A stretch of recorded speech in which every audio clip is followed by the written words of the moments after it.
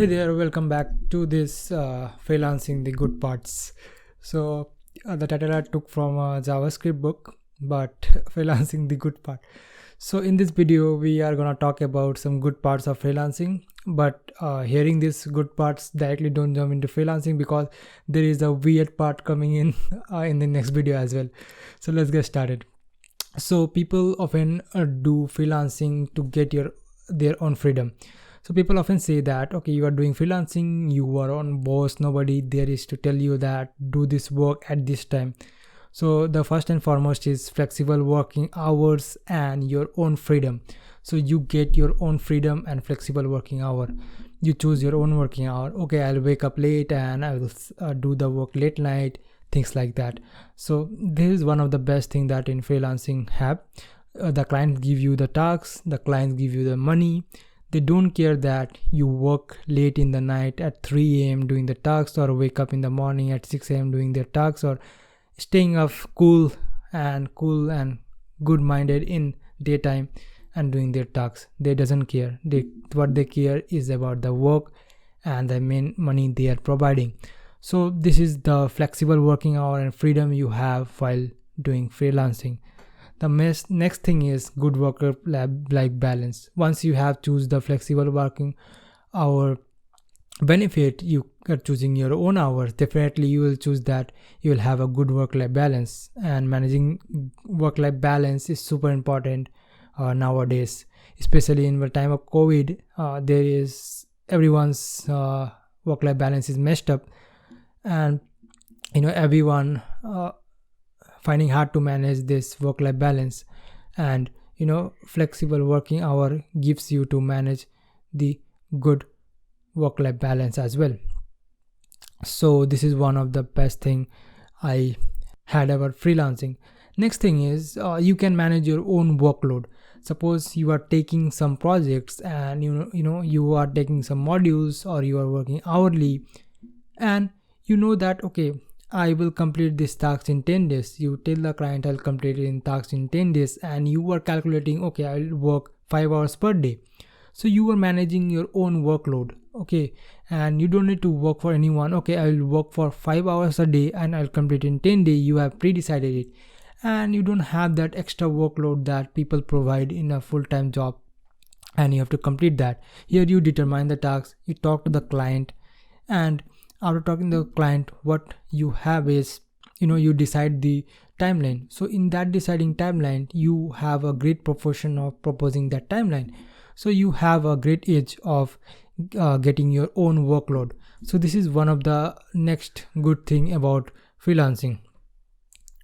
Next thing I found very good is getting international client. So international client, not only they are international because the money you get is also international. So suppose you are having a currency rate of row. Suppose I talk about India and I will talk about US. So in India, what you have is the 70 rupees, nearly 70 rupees is equivalent to $1 in US.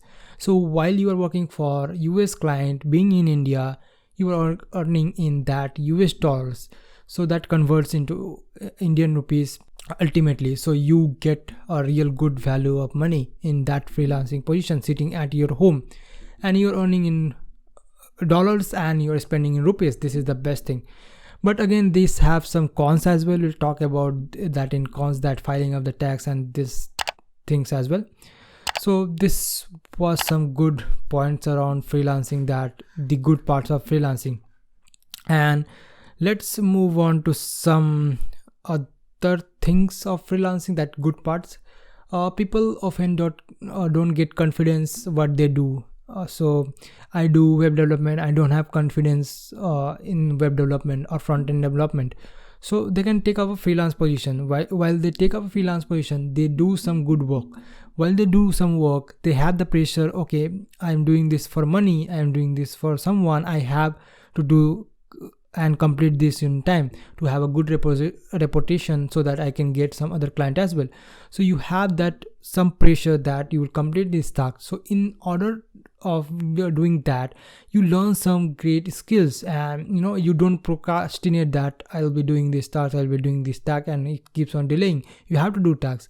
First of all, foremost, you avoid procrastination, and the secondly, you gain some confidence after building that product. Once you build a project, I will surely say that you gain some confidence. Okay, you have that confidence. Okay, I'll build up things, I surely can build that thing as well. So this is one of the best thing about freelancing as well. The next thing is, and the most important is, you pick up other great life skill. So imagine a developer doing a tax filing thing that often people do in the full-time as well, but here also you have to do tax filing that you never thought of. So you do tax filing. Freelancing not about only having skills that you are working for, it's also about marketing and networking. So marketing, you have to learn marketing and networking things in order to get clients. So after getting clients, then only you will work. So that's why sales and marketing is one of the great stuff you do. Time management, communication, there are lots of things that you learn on the go while doing freelancing. These are some life skill that freelancing teaches you in order to survive in the market. So these are some cons also of freelancing. We'll talk about that in the next video. And the last and best thing I will talk about freelancing is you learn end-to-end development. Suppose I will talk specific to development, so you learn end-to-end development. Imagine being a front-end developer. You are working somewhere and you only focus on the front end. You never care about how the back end side of the things working, how the database are written, how the that particular files are uploaded in the server and storage buckets as well.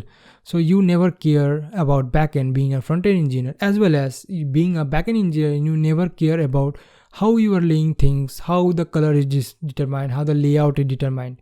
And also being a front-end developer, you never care about deployment. Okay, where this is deployed, how the URL is coming up, how the production environment is working, how that testing is working.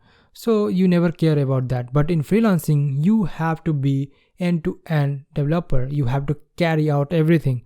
Be it you have a team, but ultimately you take up the project and you have a team, but ultimately you understand everything eventually. So you learn end-to-end development. You do front-end, you do back-end, you do deployment, you do everything. You do marketing as well, and you end up doing taxes as well. So you do end-to-end development that you won't find in regular jobs.